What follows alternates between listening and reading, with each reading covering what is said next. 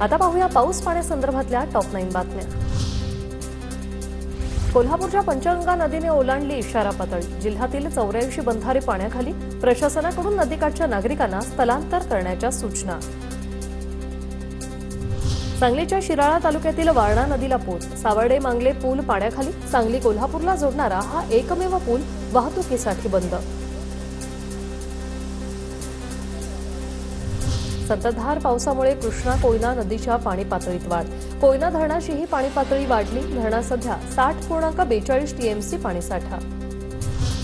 पालघर जिल्ह्यात पावसाची दमदार हजेरी। 24 तासात जिल्ह्यात 367 मिलीमीटर पाऊस, तर कोकण विभागात 628 मिलीमीटर पावसाची नोंद।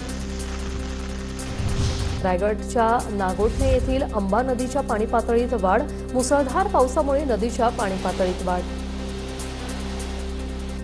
पंचगंगा नदीजवळील शिवाजी पूल ते गंगावेशकडे जाणारा रस्ता वाहतुकीसाठी बंद केला। पंचगंगा नदीचं पाणी रस्त्यावर आल्याने प्रशासनाची खबरदारी। सांगली जिल्ह्यातील वारणा आणि कृष्णा नदीच्या पाणी पातळीत वाढ। औदुंबरमधील दत्त मंदिरात जाण्यास बंदी। नागरिकांना सतर्कतेचा इशारा। भंडाऱ्यातील गोसीखुर्द धरणाच्या पाण्याच्या विसर्गात मोठी वाढ। नदीकाठच्या नागरिकांना सतर्कतेचा इशारा। चंद्रपुरात अजूनही पूरस्थिती कायम। मुवा नदीच्या पुरामुळे शेतीचं मोठं नुकसान। तेजस चौखुंडे नावाच्या युवकाने ड्रोनद्वारे टिपली पुराची दृश्य।